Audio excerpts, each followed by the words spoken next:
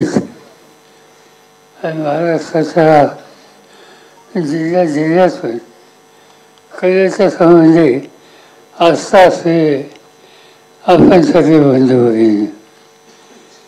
मध्यंतरी राजाराम शेरागोवा आणि काही सरकारी वेचायला लागले आणि त्यांनी सांगितलं की विविध क्षेत्रामध्ये आपण काम करत असतो, परंतु महाराष्ट्राच्या गावागावामध्ये वेगवेगळ्या प्रकारची कला पिढ्यानपिढ्या जतन करणारा जो वर्ग आहे तो संघटित करणं, त्यांच्या प्रश्नाचा अभ्यास करणं आणि सोडवणुकीच्यासाठी कुठं सरकारशी बोलावं लागेल त्या संदर्भात एक व्यासपीठ पाहिजे आणि ते व्यासपीठ सांस्कृतिक प्रतिष्ठानचं आम्ही तयार करायचा विचार करतोय.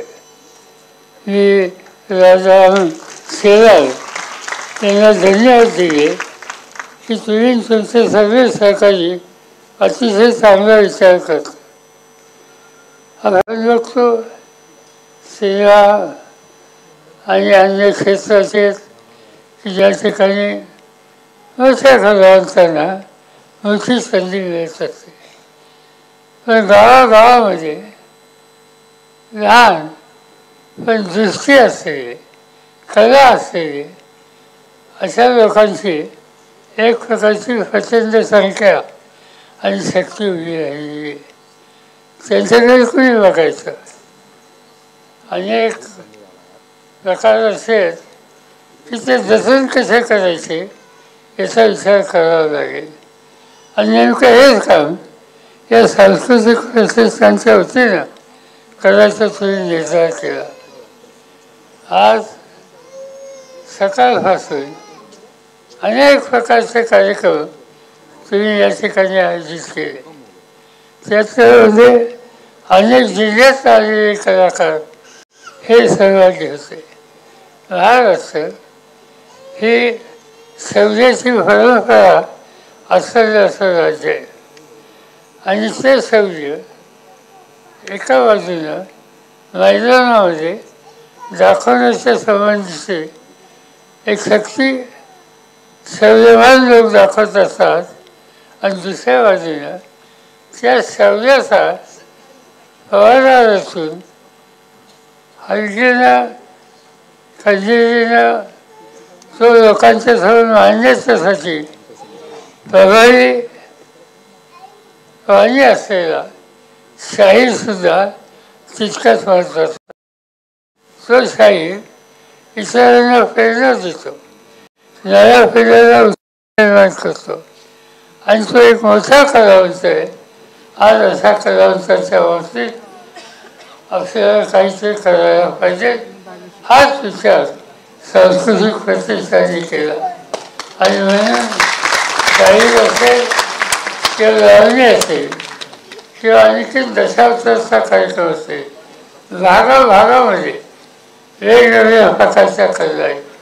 आज या ठिकाणी सिंधुदुर्ग इथले सहकारी आहेत, रत्नागिरीचे आहेत, रायगडचे आहेत, महाराष्ट्राच्या सगळ्या भागाचे उत्तम कलाकार, नवोदित कलाकार आज या ठिकाणी आलेले आहेत. अगदी तुम्ही चंद्रपूरला जा, गोंदियाला जा, तिथे एक प्रकारची वेगळी कला ही बघायला मिळते आणि ती तेव्हा पुढची सिरीज नाही. जे आपण गोंदियापासून सुरुवात करतो ते सावंतवाडीपर्यंत महाराष्ट्राच्या शेवटच्या टोकापर्यंत या प्रकारची विविध कला ज्या आपल्याला बघायला मिळतात, ऐकायला मिळतात, मनोरंजन करतात. पण मनोरंजन ते करतात, कला जतन जे करतात त्यांना जतन करण्याच्यासाठी काहीतरी व्यासपीठ हवं आहे आणि नेमका हा दृष्टिकोन राजाराम बाबा आणि त्याच्या सगळ्या सहकारी स्वीकारला आणि हे प्रतिष्ठानची स्थापना अधिकाऱ्यांनी या ठिकाणी केली.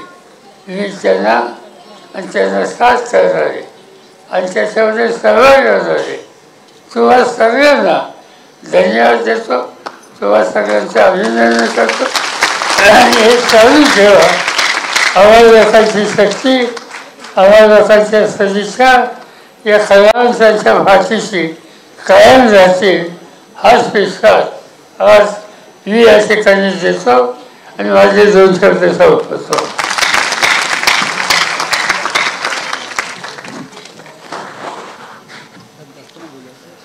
धन्यवाद साहेब.